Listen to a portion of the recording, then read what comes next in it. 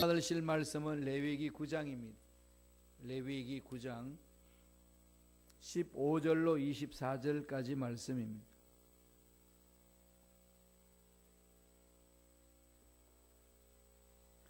레위기 9장 15절로 24절의 말씀이 되겠습니다. 다 같이 한 목소리로 합독하시겠습니다.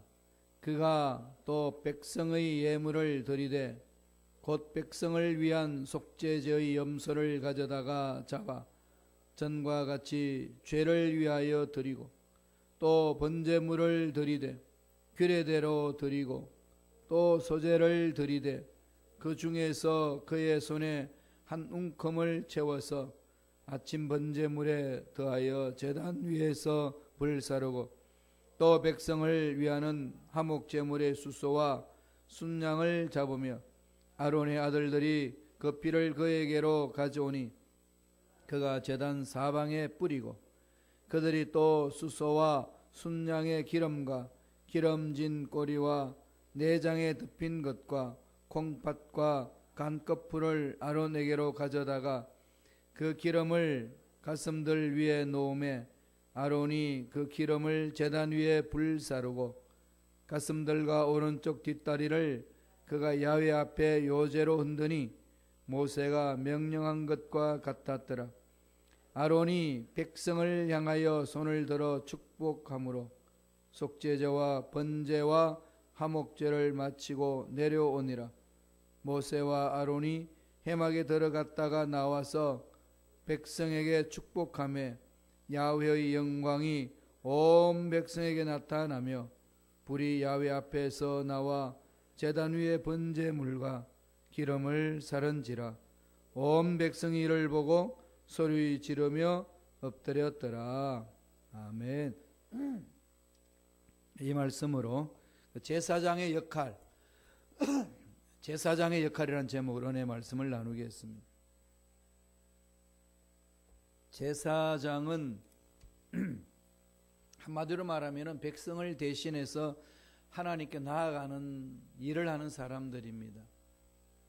그러니까 하나님 앞에 먼저 죄 씻음 받은 사람이 죄악 가운데 있는 사람들을 하나님 앞으로 인도하는 겁니다. 그 일을 감당하는 게 제사장이죠. 그래서 하나님의 말씀을 또한 백성들에게 선포하는 거죠. 그러니까 예수 믿지 않는 사람을 예수 믿게 만드는 일이고 또 예수님 말씀대로 살아갈 수 있도록 길을 열어주는 것. 이게 이제 제사장이 할 일입니다. 베드로는 은혜를 체험하고 나서 성령의 기름 부음 받고 나서 이 사실을 깊이 깨닫고 베드로전서 2장 9절에서 그렇게 외칩니다.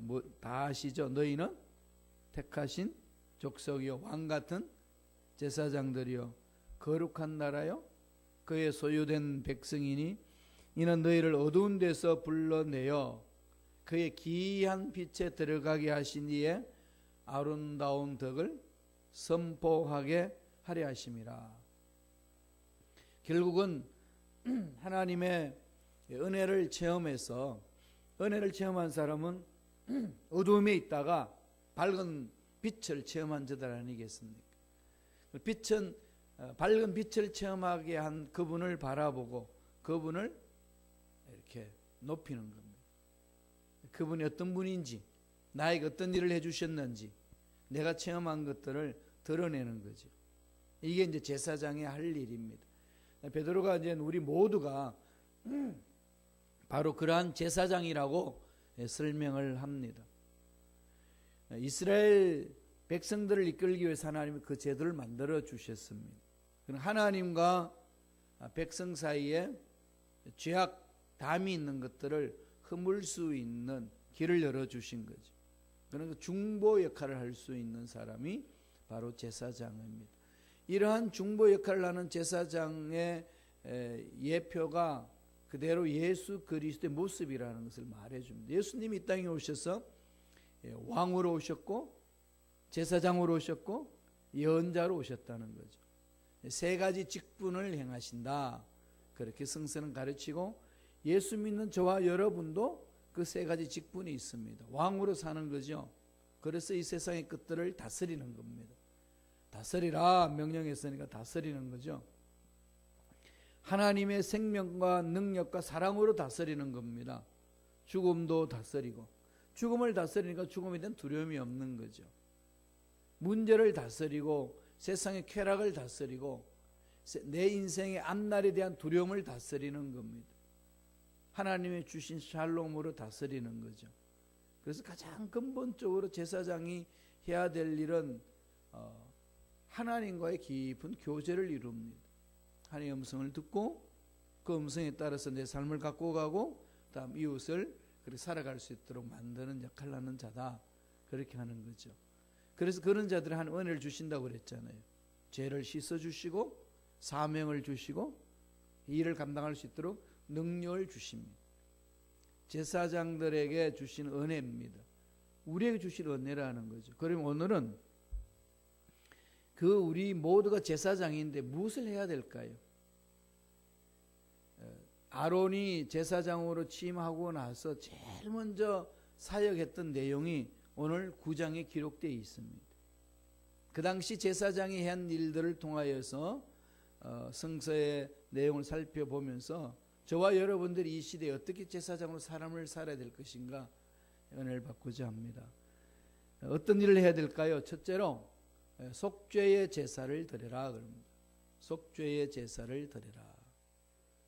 다 죄인이기 때문에 아론도 죄인이고 제사장도 죄인이고 저와 여러분들도 다 죄인입니다. 이 죄인들은 죄를 짓기 때문에 죄인이 아니라 이미 죄인으로 태어난 겁니다.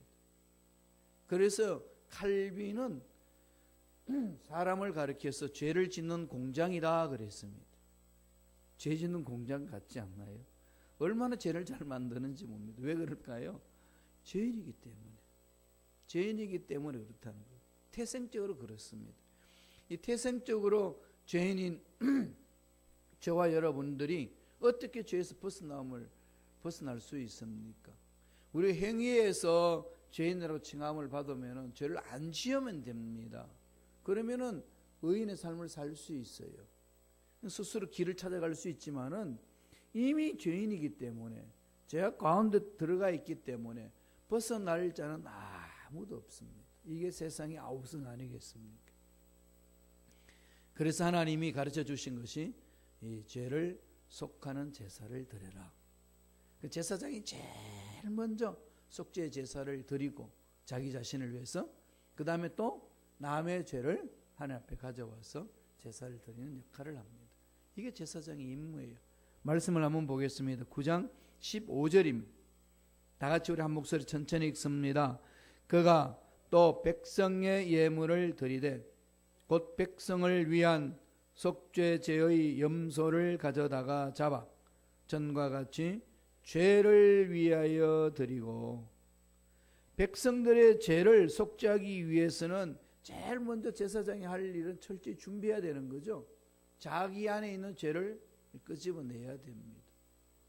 그럼 철저한 죄에 대해서 민감해야 된다는 거죠. 그러니까 제사장은 근본적으로 준비해야 될 것이 자기 속에 죄가 있는지 없는지를 돌아보는 거예요. 그러니까 만인 제사장으로 요새는 그러잖아요. 저와 여러분들이 하나님이 일을 하기 위해서는 먼저 내 속에 무슨 죄가 있느냐 이걸 돌아봐야 됩니다. 하나님 은혜를 처음 하면 체험할수록 내 속에 있는 죄의 깊이를 깊이 있게 바라봅니다. 은혜를 체험하면은요, 나 잘났다고 자랑하지 않아요. 은혜를 체험한 사람들은 제일 먼저 찾는 게 내 속에 숨은 죄악들이 많았구나. 그걸 깨닫습니다. 구약에서도 이사야가 부르심을 입을 때 이사야 6장을 보면은 하나님이 회의하는 의전 회의를 봅니다. 신비로운 모습을 보는 거죠. 그 신비로운 모습을 보면서 이사야가 고백하는 말이 있습니다. 뭘 고백하죠? 나는 하루다 망하겠구나. 하나님이 거룩한 의지를 봤어요. 거룩함을 봤으니 어떻게 살겠냐. 왜? 너무 자기에는 죄가 많기 때문에. 베드로가 밤새도록 고기를 못 잡았어요. 주님의 제자로 부르심을 받기 전에 밤새도록 고기를 잘 못 잡았는데 주님이 그 배에 올라가서 말씀을 전하면서 야, 깊은 데로 가서 배 오른편에 그물을 던져라. 이해할 수 없는 말이지만은 그 말을 듣고 순종하여 그물을 내렸더니 일평생에 한 번도 맛보지 못했던 어마어마한 고기를 잡습니다. 그 많은 고기를 다 자기 배에 실을 수 없어서 옆에 있는 어부에게 오라고 그러죠. 그것도 다 싫습니다. 그래서 육지에 내려와서 제일 먼저 베드로가 주님 앞에 고백한 말이 있습니다. 뭐라고 고백했나요? 나는 죄인입니다. 나를 떠나소서. 이해 안 되잖아요. 그분에 붙어 있으면은 항상 이렇게 풍성한 기적을 체험할 수 있고 복을 누릴 수 있는데 떠나라라니요. 그리고 왜 죄인이라고 갑자기 고기 많이 잡고 나서 왜 죄인이라고 고백하나요? 어마어마한 하나님의 은혜를 체험하면은 공통적으로 우리가 고백하는 것은 죄라는 것. 이게 가장 근본적인 하나님 주시는 은혜입니다. 그래서 자기의 죄를 속죄하는 거죠. 이게 제사장이 할 일입니다. 그래서 옛날에는 내 탓이요 내 탓이요 이러면서 회개 운동도 일으켰습니다. 나를 보는 거죠. 네 눈에 있는 들보는 못 보고 왜 형제의 눈에 있는 티만 보느냐.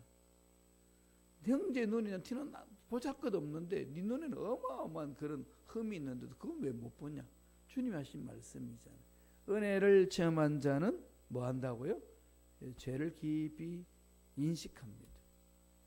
그러면은 내가 스스로 나를 의지할 것은 하나도 없잖아요. 그러니까 전적으로 어떻게 의지하죠? 성령님을 사모합니다. 하나님은 주님만을 의지할 수밖에 없는 거예요. 그게 바로 신앙의 성숙이고 사도 바울이 로마서에서 8장과 8장 15절에서 7장 15절에서 8장 2절까지 고백한 내용이 그 내용입니다. 속에 있는 게 너무 죄악이 많다는 거죠. 끄집어낼 길이 없습니다. 하나님만을 의지할 수밖에 없다는 거죠. 그래서 먼저 속죄의 제사를 드리라 그럽니다. 9장 7절을 한번 볼까요?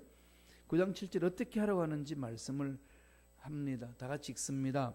모세가 또 아론에게 이르되 너는 제단에 나아가 내 속죄제와 내 번제를 드려서 너를 위하여 백성을 위하여 속죄하고 또 백성의 예물을 드려서 그들을 위하여 속죄하되 야훼의 명령대로 하라. 백성들의 죄를 씻는 제사를 드리고 너의 죄를 씻는 제사를 드리고 제일 먼저 너의 죄를 씻는 제사를 드리고 백성들을 위해서 제사를 드리라. 그러면서 7절 말미에 뭐라고 그랬나요? 야훼의 명령대로 하라. 이게 중요한 거죠. 속죄제가 의미가 있는 것은 속죄제를 드렸기 때문에 의미가 있는 거 아닙니다. 하나님의 말씀에 약속하신 대로 그것을 듣고 순종하고 실천함으로 약속의 말씀을 믿고 실천함으로 나타나는 능력이라는 거죠. 이걸 늘 우리도 깨달아야 됩니다. 그런 신앙생활은 아버지 약속의 말씀을 늘 붙들고 그대로 신앙생활 하려고 몸부림쳐야 되는 거죠. 그래서 말씀을 읽고 암송하고 공부하는 겁니다. 내가 살기 위해서 올바로 하나님 앞에 칭찬 들을 수 있도록 올바른 신앙생활을 하기 위해서 말씀대로 가는 겁니다. 이건 더 집중해야 되는 거죠. 무엇보다도 말씀에 서는 거 중요합니다. 속죄 제사를 드려라. 이게 된 오늘날은 어떻게 하는 거죠? 회개하는 거죠. 회개하는데 내 속에 있는 회개를 다 하고 성령님 숨어있는 죄를 깨달을 수 있도록 가르쳐 달라고 기도하고 형제 자매에게 내가 입힌 죄악이 있으면은 그에 대해서 용서를 구하고 배상을 해주고 이렇게 가는 것이 하나님의 은혜를 체험한 자의 삶이라고 가르칩니다. 두 번째 무슨 일을 해야 될까요? 제사장의 역할은 어떤 일인가요? 축복의 기도를 하는 겁니다. 축복의 기도. 축복의 기도를 해주라는 거죠. 축복해 주라는 겁니다. 제사장이 할 일은요 사람을 저주하는 게 아닙니다. 축복하는 거예요. 저와 여러분 많은 제사장이니까 우리들이 해야 될 일은 뭐죠? 저주하는 게 아니고 축복하는 거죠. 저주하고 싶은 마음이 생기잖아요. 그럴 때 하나님 뭐라고 그랬습니까? 나한테 오라고 그랬어요. 주님이. 하나님 그러죠. 나한테 와서 다 털어놔라. 저주하고 싶은 마음도 털어놓고 그 인간 정말로 저주받았으면 좋겠습니다. 그럼 하나님 앞에 와서 하라는 거죠. 다윗은 그런 것을 잘합니다. 시편에 보면은요, 원수가 그냥 막 웅덩이 빠져서 막 죽었으면 좋겠습니다. 이런 시가 구구절절히 시편에 들어 있잖아요. 그 마음을 하나님 앞에 가져오라는 거죠. 하나님 앞에 다 토하고 나면은 내 속에 있는 이 독이 빠집니다. 씻음 받죠. 그러면 정말로 나를 괴롭히는 그 영혼을 위해서 진실로 기도하는 마음이 생깁니다. 한번 해보세요. 그냥 그 인간 이름도 부르고 싶지 않아, 이런 사람들이 있잖아요. 그렇게 숨지 마시고 그 영혼, 하나님, 정말로 지금 내 마음은 그 영혼이 죽었으면 좋겠어요. 내 눈에 안 보였으면 좋겠습니다. 그냥 정말 길거리 가다 웅덩이에 빠져서 그냥 죽든지 뒤통수 깨지든지 움직이지 못했으면 좋겠습니다. 이게 속에 있잖아요. 그걸 하나님 앞에 토하라는 거예요. 토설기도하라는 겁니다. 숨기지 마. 그걸 토해야 내 속에 있는 독이 빠집니다. 다 토하고 하나님 앞에 토하는 거죠. 내 심정이 이렇습니다. 정말로 그 인간 믿거든요. 이렇게 다 토해내 보세요. 하나님 이렇게 만져주셔요. 그래서 치유가 되거든요. 일단 내 속이 치유가 돼야 되잖아요. 속이 치유가 안 된 상태에서 잊어버린다고 치유가 되나요? 그 상황만 전개만 되면 괴로운데. 자라보고 놀란 가슴 뭐 보고 놀란다고요? 소뚜껑 보고 놀란다고. 그러면 자라는 아닌데 자라 비슷한 모습만 보면 뭐 가슴이 막 뛰는 거죠. 막 벌렁벌렁 거려요. 왜? 치유가 안 됐기 때문에. 그런 치유하는 방법은 하나님 앞에 토해내는 겁니다. 그러고 나서 우리는 뭐 하라는 거죠? 축복 기도를 하는 거죠. 그냥 축복이 나오나요? 속이 부글부글 끓는데. 그죠? 이걸 그냥 숨길 필요 없는 거죠. 하나님 다 알고 계셔요. 내 마음이 지금 누굴 미워하고 누굴 저주 받았으면 좋겠다는 마음이 있고 막 꼴도 보기 싫다고 막 그런 생각하는 마음을 다 아시는데 그걸 숨길 필요가 뭐가 있겠어요? 사람 다 아시는데.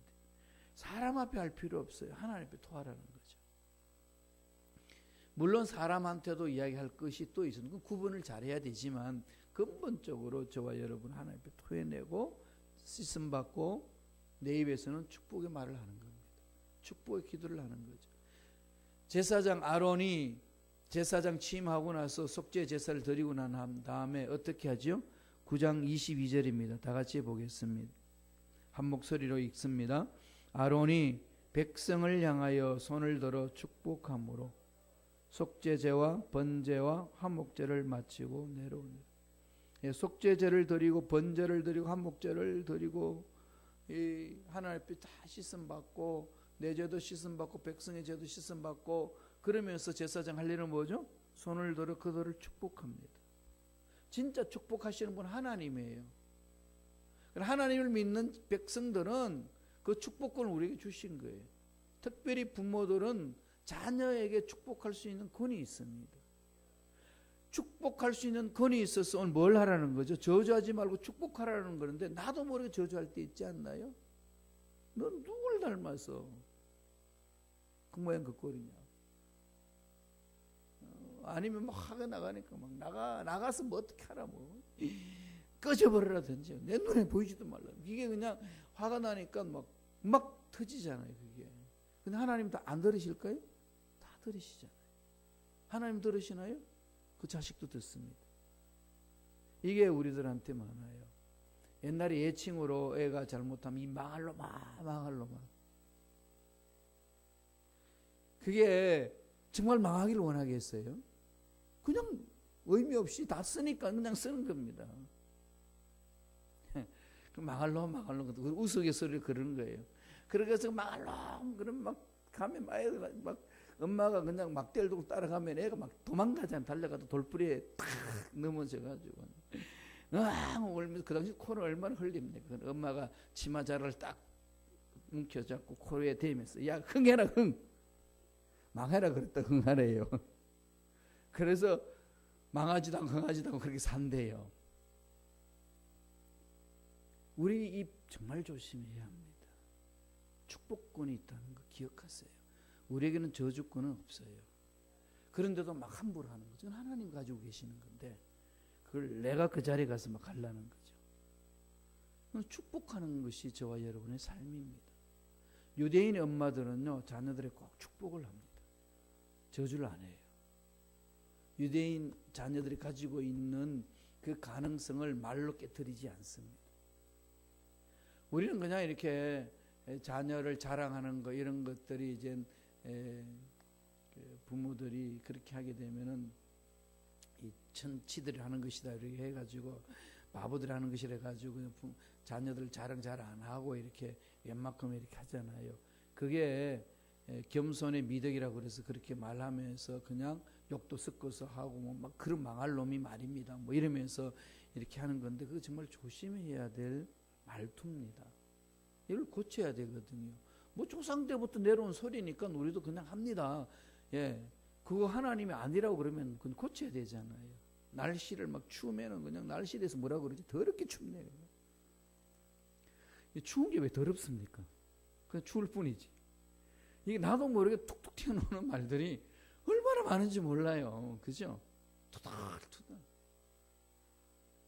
주니어 마틴 루터 킹 목사님이 이렇게 인권 운동할 때 길걸 가는데 흑인이 그 청소부가 막 도로에 청소를 하면서 막 불평, 막 있는 불평, 없는 불평, 짜증, 있는 짜증, 없는 짜증 다 토해내는 내 인생이 뭐냐, 내가 왜 이것만 써야 되냐, 막 이러면서 막 투덜투덜 그러니까 어깨 툭 치면서 이보게 그걸 땅을 가지고 네가 저주하고 욕을 하고 그것 때문에 너한테 욕한다고 뭐 돈이 생기냐?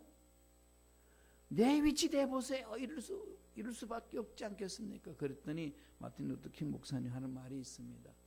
그런 생각하지 말고 하나님이 창조하신 이 지구촌에 한 귀퉁이를 내가 정리한다 생각하고 청소해봐. 하나님이 아름답게 창조하신 이 지구촌에 한 귀퉁이를 내가 깨끗하게 만든다. 그 마음을 해보라고. 그럼 네 마음이 얼마나 밝아지겠냐. 그리고 하나님이 얼마나 기뻐하시겠냐. 그런 말을 남겼다고 이야기합니다. 그리고 늘 우리들이 이런 일 있고 저런 일 있고 어려운 일 있는데 내 입에서 놓아야 될 말은 축복하는 것. 그래서 하나님 형상을 입은 저와 여러분은 축복권을 주셨어요. 만인 제사장에게는. 축복하라는 겁니다. 자꾸 축복하세요. 복을 빚는 것, 축복하라는 것. 이건 하나님 주신 은혜 아닙니까? 사업하시는 분들은 일꾼들에게 축복해주고 손님들에게 축복해주고 그냥 더 자주 드나들지어다 그러고 이 자꾸 축복한 성도들하고는 그냥 복이 있을지어다. 그래서 제가 늘 그 말씀을 드립니다. 서로 보면서 좋은 일이 있습니다. 좋은 일이 없지만은 좋은 일이 있습니다. 자꾸 선포하다 보면은 하나님 뭐라고 그러겠어요? 날마다 네가 좋은 일 있다고 그러니까 내가 좋은 일 줄게. 안 그러시겠습니까? 그러니까 말로 자꾸 이렇게 복을 비는 것, 복을 선포하는 것, 제사장이 할 일입니다. 로마서 12장 14절 보세요. 사도 바울도 그러죠. 다 같이 읽습니다. 너희를 박해하는 자를 축복하라. 축복하고 저주하지 말라. 예. 괴롭히고 상처 주고 아픔을 주는 그 영혼을 위하여서 축복하는. 처음부터 축복은 안 나온다 그랬죠. 토해내야 돼요. 축복할 수 없는 내 심정을 하나님 앞에. 그걸 만져주시면은 축복하는 거죠. 누가복음 6장 28절에도 그 말씀을 합니다. 주님이 말씀하신 거예요. 다 같이 읽어볼까요?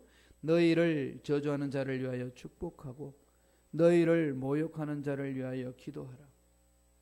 우리 이런 말씀을 무시할 수 없는 말씀이잖아요. 왜죠? 주님의 말씀이니까. 우리는 그 주님을 닮아가는 사람들이니까. 그분을 믿는 사람들이니까.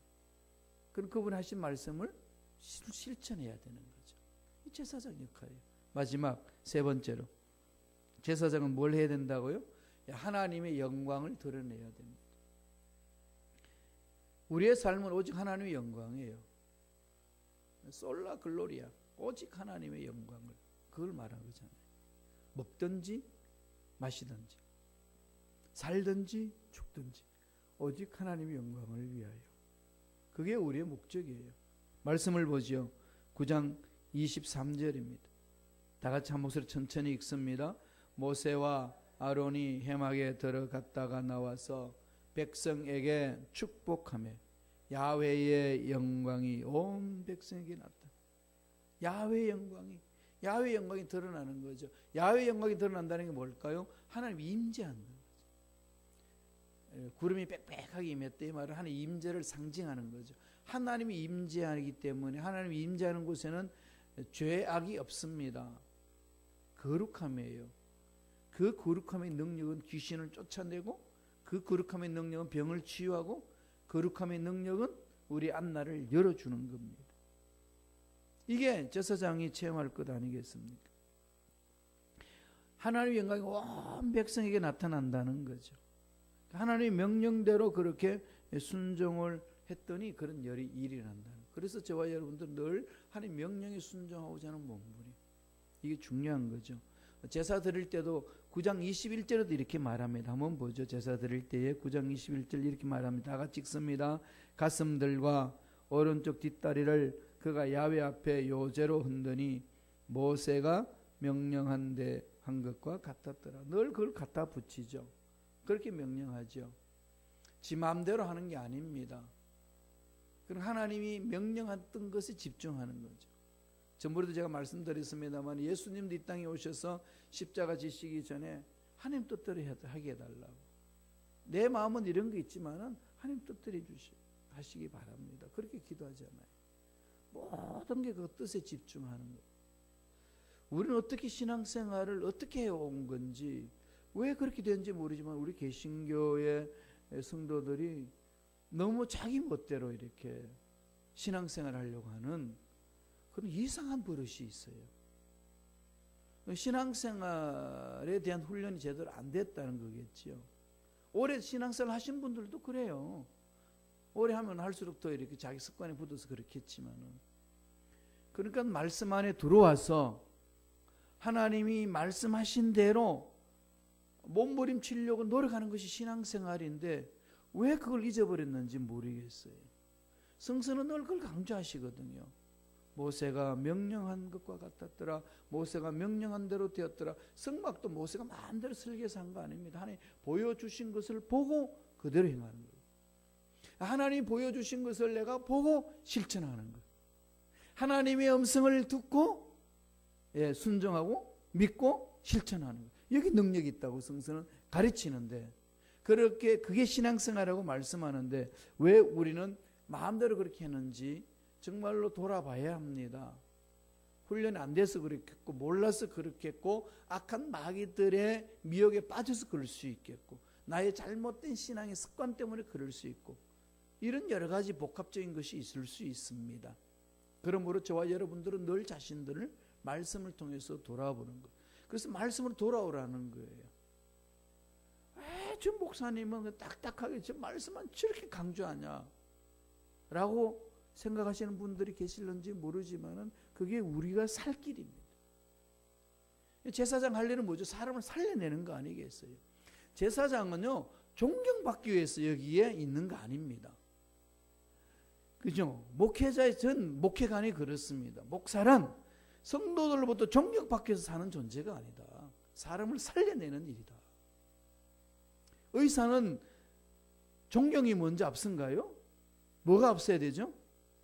병을 치유하는 게 목적이 아니겠습니까? 병을 치유는 못하고 늘 존경받으려만 생각하면은 그 의사한테 누가 자기 병 치료하라고 맡기겠어요? 목적이 있으면 하나님 부르신 분명한 뜻이 있잖아요. 중직들도 마찬가지입니다. 이거에 집중하지 않으면은 악한 영들이 순간적으로 넘어뜨립니다. 그럼 미혹당해서 넘어지는 거예요. 딴짓하는 거죠. 바리새인들이 왜 그렇게 책망받겠어요? 열심히 한다고 그러면서. 이거 오늘 저와 여러분들이 늘 마음판에 새게 될 부분입니다. 세 가지 있죠. 잊지 마세요. 제사장의 역할이란 속죄의 제사를 드리는 거고, 또 하나는 축복의 기도를 드리는 거고, 하나님께 영광을 드리는 겁니다. 여기에 온 마음을 집중하셔야 돼요. 그렇게 해서 하나님이 베푸시는 은혜, 하나님의 능력을 마음껏 체험하고 인생의 행복을 느낄 뿐만 아니라 멋지게 열매를 맺으며 주님 앞에 갔을 때 모두 다 잘했다 칭찬 듣는 일꾼이 되어야 될 줄로 믿습니다. 기도하겠습니다. 하나님 아버지, 감사와 찬양을 드립니다. 하나님께서 오늘 우리에게 생명을 주셔서 하나님이 원하신 일이 무엇인지 말씀을 통해서 깨닫게 해 주시니 감사합니다. 어떤 상황에 있든지 하나님 약속의 말씀을 붙들고 그 약속의 말씀에 신앙의 뿌리를 내리고 하나님이 하신 말씀대로 순종함으로 기적을 상식처럼 체험하는 일꾼들이 되게 축복하여 주시옵소서. 예수 이름으로 명하노니 하나님의 자녀들을 괴롭히는 마귀는 떠나갈지어다. 미혹하여서 말씀에 서지 못하도록 괴롭히는 악한 마귀는 떠나갈지어다. 세상의 문제에 빠져서 세상의 분주함에 빠져서 아버지 약속의 말씀을 잊어버리게 만드는 모든 어감의 세력은 사라질지어다. 성령이 우리 마음을 사로잡아 주시고 날마다 말씀을 가까이 하게 하시고 말씀대로 순종하고자 하는 마음이 가슴에 불타오를 수 있도록 역사하여 주옵소서. 그리할 때에 우리의 삶에 좋은 일들이 일어나고 하나님이 원하시는 열매가 나타나고 기적이 상식처럼 일어날 줄로 믿습니다. 축복하여 주옵소서. 은혜의 감사의 예물 드립니다. 드린 손길 기억하여 주시고 마음의 소원들이 있고 기도 제목이 있습니다. 한량없는 은혜를 베푸시사 소원 이루어 주시고 기도 문제 응답받게 하여 주시고 물질의 복이 넘쳐날 수 있도록 축복하여 주옵소서. 감사하고 예수님 이름으로 축복하며 기도드리옵나이다. 아멘.